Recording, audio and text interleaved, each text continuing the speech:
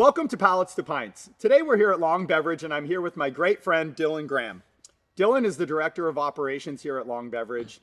And we met Dylon about 14 months ago. I was tasked with coming in and working very closely with you as we partnered together to look at technology and innovation and things that we could really do to transform the organization here and really drive some value.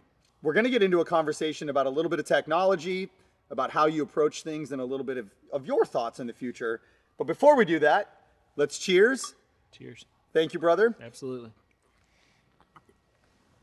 My last one foamed up on me. This one's okay, though, so we're good.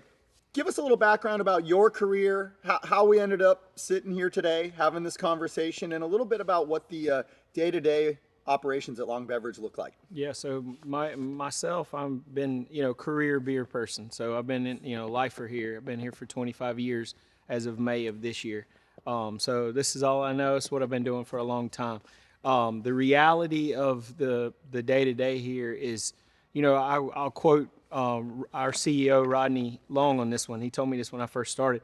The first day of operations, the sales team is the most important leg, in the business. The second day, it's delivery and it's operations team. So they're all equally important. Each day is, you have a few things that you have to do each day. We've got to sell a business day.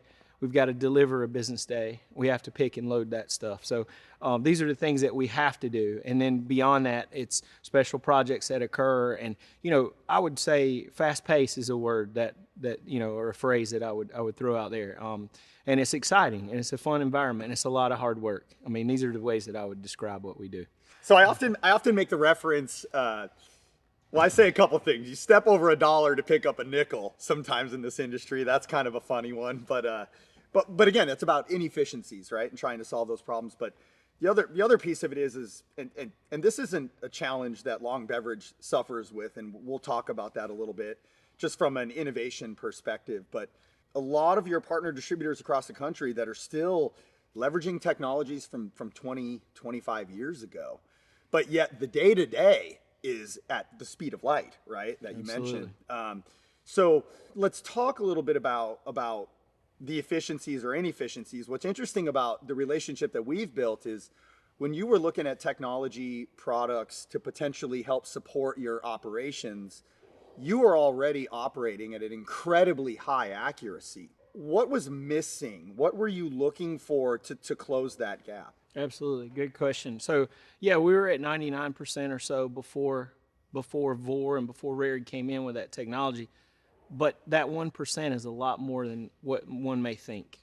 In terms of, 10 million cases, that 1% that we were lacking really adds up to a large number. So we wanted to close that gap down. I wanted to be able to, call our ownership and say that we loaded every case that was ordered on the truck and be sure about that. And, once you started looking at your technology and what those numbers would be, it really, really added up and became a no-brainer for me. And I think the technology is the vessel or the conduit for us to achieve that goal. And that's what we've been seeing play out in front of our eyes here. As part of the sales process, our team working with your team, that outreach, those initial conversations, it's clear when you walk your facility that you believe in technology and advancing the organization that direction to augment what the human can do, right? What your team can do. When you look at that decision-making process, what was it about VOR? And for those that don't know, vision object recognition. So it's our computer vision AI technology to help verify outbound order accuracy. What was it that stood out about the product that led you down the path to where we are today? Yeah, that's a great question too. I saw in that technology something that was capable of solving a problem that would take 5 to 10 minutes per pallet. Prior or with human eyes, with any person who wanted to audit that pallet without VOR, it was going to take you a while. And so that slows down. We talked about how fast-paced the environment is. I needed something that could do it in seconds. And that's what VOR does for me. And, it gives us the answers to the tests here and tells us what errors we have on each individual pallet. And we're able to fix those problems quickly and keep things in the sequence of events that it needs to occur at the time that it needs to occur. So, as soon as I saw that, my eyes got really big, because that allowed for us to achieve all of those goals without disrupting the business, and keeping everything in step. What's cool about this conversation is like we've lived this together, right? The triumphs, the trivial moments, the challenging moments, the I got to call Sean and yell at him moment, right? Because something's not going right. Although you never did that. You've been a gracious partner. Let's focus a little bit on what VOR actually delivers, right? So there's 4 main goals or so, but kind of the 4 things that stood out were really centered around building the perfect pallet. So what does it take to make sure that the perfect pallet gets out the door? Inventory integrity, for lack of better terms. How can we reduce some of the nasty things that go into inventory? We'll talk inventory variance, and we'll talk about that in a minute. Labor reduction, which you just hammered on a little bit, and we'll dive into a little bit more. And then lastly, the delivery piece, which I think is kind of the most exciting, cool thing that we're starting to look at, right? And where we're going to go with that. Yeah. Life after the go live of VOR. What are you hearing from your team? What's different? What's the attitude around technology being implemented into this facility, and how's that gone so far? No, it's going great. I mean, the people have adopted, in the beginning, you have to ask people to do more things that are not in their job description necessarily and beyond the scope of what they do in a normal day. But when you can start proving to them that it pays off in the long run, you really start getting buy-in, and that's what I've gotten from the team here within my department and beyond. And I think, that creates an excitement, and it creates a little buzz and a little energy around it, and people are willing to do, above and beyond things, which is, if we're going to be the best distributor, we're going to have to do that type of things. And, I think it's been really, really awesome and really great to see people buy in, because you don't always get that. And we have gotten that. And, it has proven to really help all the way from the time that VOR is done downstream. I'm seeing all the benefits from that, whether it be sales, delivery, and we can go into that. There's a lot of people that work here now, have only been here for a few short months, that don't know what it was like before. Mm-hmm. And so they're just accustomed to these invoices being perfect, their trucks being perfect, and it is, I think we haven't really even seen all the benefits around that to this point. So for a little context, you're on a weight-based QC process. We integrated VOR into your 3 high-speed wrapper applications that you have over after the end of the picking process. The labor thing is kind of interesting, because I think one of the things that we discussed as we collaborated in talking about what value VOR was really delivering once it was live was this idea of psychological savings. Mm-hmm. So the interesting part about it is it's before VOR even happens. That's Can you right. talk a little bit about what accuracy looked like, whether it was weight-based or not, but before VOR was implemented and there were cameras looking and verifying product, what was that accuracy rate like then versus just even installing it before a pallet goes through VOR? Yep. So errors were actually reduced before inference, right? Dramatically so. That's a great question. And, just the psychological effect of this whole thing is a big factor. Well, just to give you perspective, we were about 76% to the scale prior to, in terms of at accuracy. The pallet level, at the right? pallet level, in terms of accuracy. And then the psychological effect of VOR, we're going to get those cases, and the guys, nothing's going to slip through the cracks anymore. And so with that being the case, the guys raised their level of performance. So now we were 90 to 92% to the scale. And this was just a few short months after we were still in the burn-up period and not even gone live yet. And we were noticing that the overall accuracy of every individual increased. Well, that's a huge benefit because it reduces the amount of labor around VOR itself and, just performing. And it allows for less errors to occur within VOR as well and to the truck. So that is, a huge number. Just a huge number to say we went from 76% to upwards of 92%, even prior to the AI and the VOR system doing its thing. After a pallet moves through the process, it's inferred with the VOR system, and there's an error flagged, an error detected. We provide technology on an iPad or a tablet that provides the insight into exactly what error is existing on that specific pallet. How has the evolution of that action, the labor and time associated been impacted with the QC process? Well, that's a great question as well.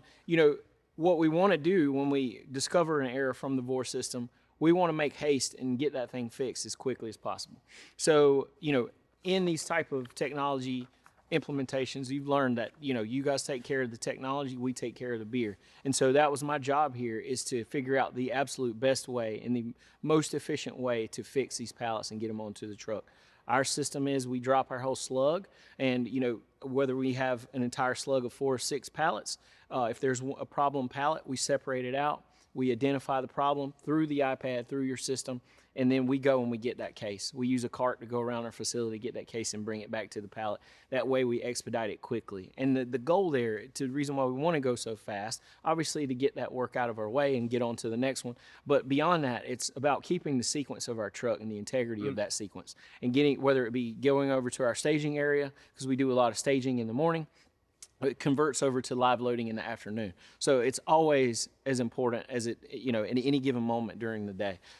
So I think we're in a good spot. I know it takes about 90 seconds to 2.5, 3 minutes to fix one case error on a pallet.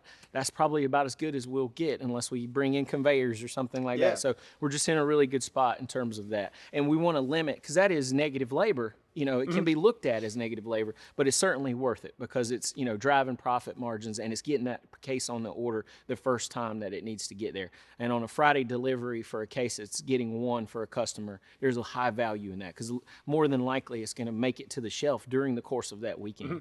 So you mentioned shorts, right? Let's go, hey, for a little clarification, right? Like, all you got to do is scan the pallet tag, and in a second, VOR tells you exactly what needs to be corrected, right? And then the action is very limited. Run over, grab the case if it's a short. Overages, which we'll get into inventory variance here in a second, is a huge pain in the neck, right? And when on a weight-based QC process and a pallet fails by 22 pounds, and it goes to QC, now it's the needle in the haystack, right? So now your QC employee is over there for 10, 15 minutes going, well, I've looked at these 56 SKUs. They're all there. I got to figure out, is it that one? Is it that one? Is it that one? And so are you seeing a lot of that time reduction come from not only the overage being captured, but then it's removed? Yeah, overages are a silent killer. Those are products that are more than likely 99 out of 100 are not coming back because they're hard for ops team to find it. So it's going to be even harder for a distribution team to find it while you're out in the market making those deliveries. So yes, the answer there is the time savings are even more for overages. And these are cases that are going to be giveaways and be, just free cases in the back of the store.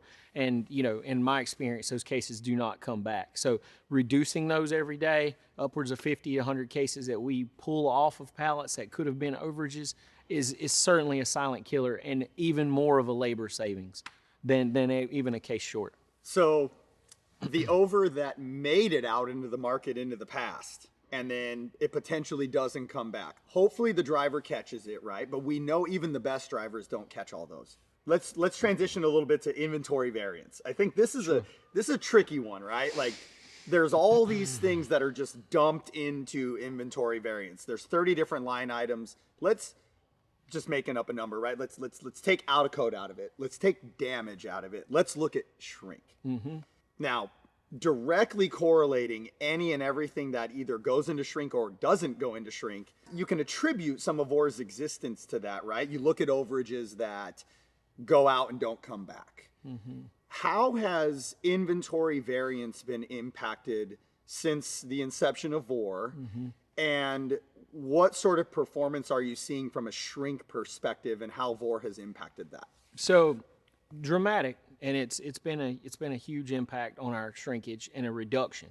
Us personally, we're down 30% in 2024 off of 2023. Well, that's a tough act to follow. That's a huge number for the company. And being down, we were once again with VOR in place. We were down 30% again. And so that's a hell of a follow-up, for us to be able to do that. Now, I'll say what VOR has done that may be underrated or overlooked is if you reduce your amount of errors to the truck every day to a controllable quantity, where you can follow that case and we can find where that case was broken down. When you have a large amount, it's almost hard to see the forest or the trees there. But because we've reduced it down to single digits most days, double digits at the most, 20 cases, not on trucks, we're able to really study those products and find out where the breakdown was and have a conversation around each one of those products and reconcile that in a short period of time. So that's the key. If you kick the can down the road and days start stacking up on each other, you're never going to get to the bottom of those stories. So that's one thing that I've found that has helped overall keep everybody accountable, because they know we're going to find out and then reduce those issues, and it's paid off in the bottom line. We sat in a conference room for days, not days, but yourself, myself, and a couple of your counterparts really digging in on numbers and trying to figure out, well, how do we calculate, how much it costs to deliver 30 cases? What does a hot shot cost? Different things like that. One of those things that's really ambiguous is the clerical work associated with chasing down that case, right? So there's value floating around everywhere. It's a matter of like capturing it, bringing it in. And I think Vor does a great job of helping, like you said, limit that down to where you're not looking at 100 things a day, you're looking at 5. That's right. Right? And largely you can track it down to exactly where it broke down. And I think that's a really cool story. Let's flip the script. Revenue. So you can share whatever number you want from that perspective. Shorts are killers, not only if it doesn't make it to the store, but in the likelihood that that shelf is already empty or only has like 1 6-pack left. That's right. Like you mentioned, we're going into Friday. We can't sell air here, right? To steal from Travis a little bit. How has revenue been impacted because of Vor? Sure. I mean, I think, it will need a whole nother year to really, really dive into that number, but, it's obviously been impacted in a positive way. Like you said, there's how many times, because we're not out there surveying all of these deliveries, right? But how many times have we been out of stock and it was a case caught by Vor that now has made the shelf? So all of those examples, which, like I said, a whole percentage point that we've closed down here equals a lot of cases over the year. And then let's just cut that into 30%. Let's say 30% really impacted it. There's your numbers. And so for every business, those numbers would be different, but they are very, very significant. And it certainly has helped drive profit for the company, for sure. I think we talk a little bit about labor to make sure you have the perfect pallet. We've talked about inventory variance and impacts of that. Revenue, right? So shorts impact inventory variance right? But shorts, overs, those kinds of things. Revenue was a huge important goal to you. I think what the future holds for us really lies within the touchless or digital delivery check-in, right? And behind the scenes, we have a lot going on. We're working through some cool stuff. Talk a little bit about the initial impact Vor has had at the point of delivery, and then we'll go a little bit deeper into where we think we might be going with this. No, that's another. And as we established Vor and we realized that we can do this and that it is working, and that we're reducing our shortages and our overages on our trucks, and the number of perfect pallets that we created has increased to that 99.9% range, we realized that we can segue that and parlay that at the delivery with the integrity of our pallets using your system. So we're going to talk to our retail partners, and we think there's some things that are very antiquated, that people are coming from good places and have good intentions. But I think we can improve upon some delivery practices, and that's exactly right, Sean. We want to try to go touchless with some of our delivery. And, I think with our pre-delivery notification or post-delivery notifications being in the retail account itself, that does preserve the integrity of the whole system. And, we're talking to some of our retailers, and I think that's what the future holds. I think it will save labor for not only the wholesalers, but the third tier as well, which is the retailers. And I think that they're starting to realize that. And I think the sky's the limit for that. And that's one of the most exciting pieces of all this to me. It's a career thing, and it was a pipe dream that's becoming a reality right in front of my eyes. And so we've got a lot of heavy lifting to do and a lot of work left to do, but that is one thing that I think, Vor being the means is the story there. And that's, hey guys, one thing that's not going to change. Our numbers are going to change, our orders are going to change, our people are going to change. But one thing that's not going to change is the fact that we're bringing you perfect pallets on each and every delivery. So with that's very powerful in my opinion.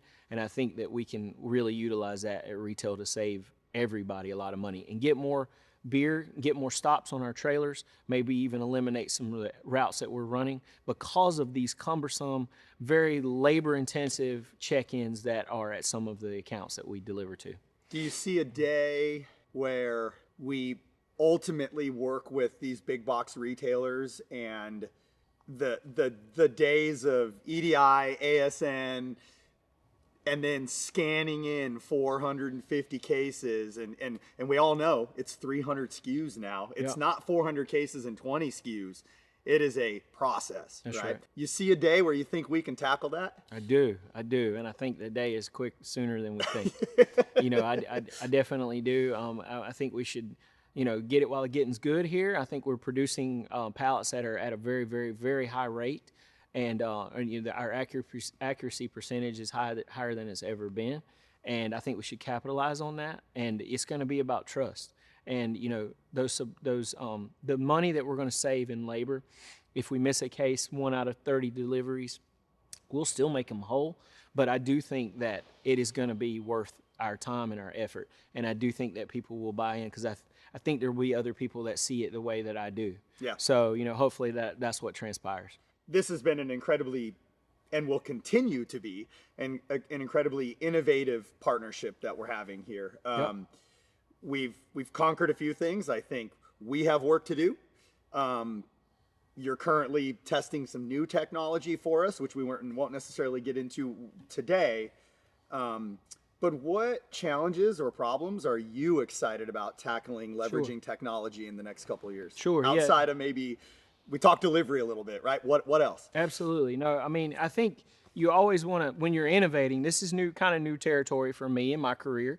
I think, you're always a little paranoid, or you always look in the mirror a lot when you're doing innovation because you're doing stuff that hadn't been done before. And want to make sure, when we're breaking through these glass ceilings that we're doing it the right way and that things are, we're kind of trailblazing here. So it does make you question your order of operations and how you're doing even more than a normal cycle of something that's been done before, or I can just copy and paste from another distributor or another business that's done it a certain way. So from that regard, it's almost like you slow out of the gates, but then once you're sure, you go. And, technologies that we'll look at in the future, I've got a few tricks up my sleeve. I got a few big areas within our operation, within our company that I think we have an opportunity for, and, we'll see how that goes. But yeah, absolutely. It is distribution. It's even admin.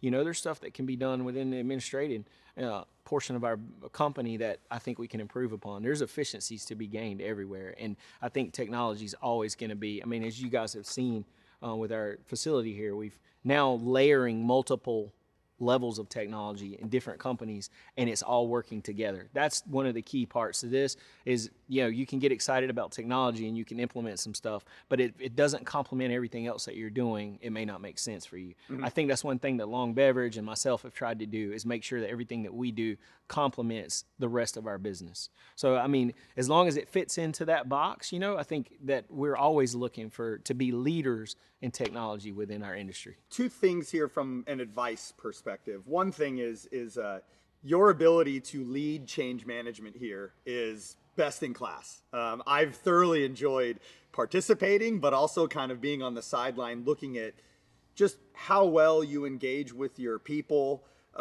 We were just having a conversation earlier about how you literally took Spanish classes to master being able to communicate with your people as best as possible. What is it about change management that you think the organization yourself specifically has done so well?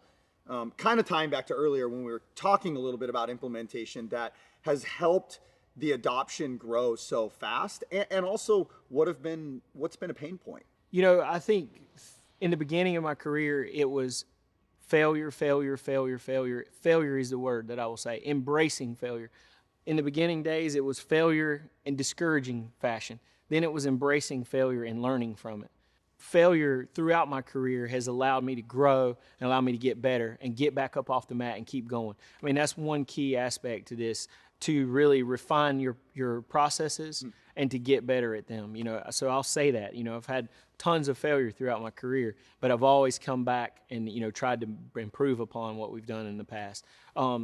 That's definitely a big part of that. We also too, our ownership is big on, look, it comes straight from the Bible. If your ox is in the ditch and it's Sunday, you're not going to church today. We're going to get that ox out of the ditch. And that's the way we look at this.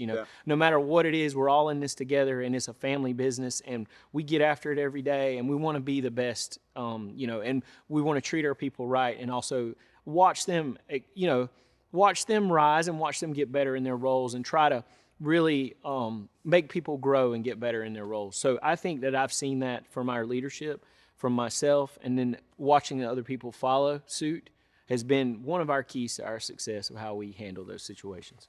VOR is about the software, right? The outcome, what's delivered. The hardware is just there, right? But from that change management perspective and all that stuff, how did that process feel for you? What did you hear from your people? We went through a little bit of boot camp, right? Yeah. And then the dust kind of settled, and now we walk in here, and I'm here all the time with you, and I go, man, it's great, right? Yeah. But like, what is the people who are on the fence going, God, that sounds like a lot of change management. Yeah. How do you calm them down and say it's okay? Like, you should look at this. 99% or 98% is not good enough. There's value in moving towards a solution like this. What's your advice to get them from good to great, like you are? That's a great question. I think reassuring them of our position and reassuring them that we've thought this stuff out and we have a great plan, and then we work that plan, to get people on board is certainly a part of it. But just embracing those people who, as you go into these things, are reluctant or have a negative attitude about it, those things are going to occur.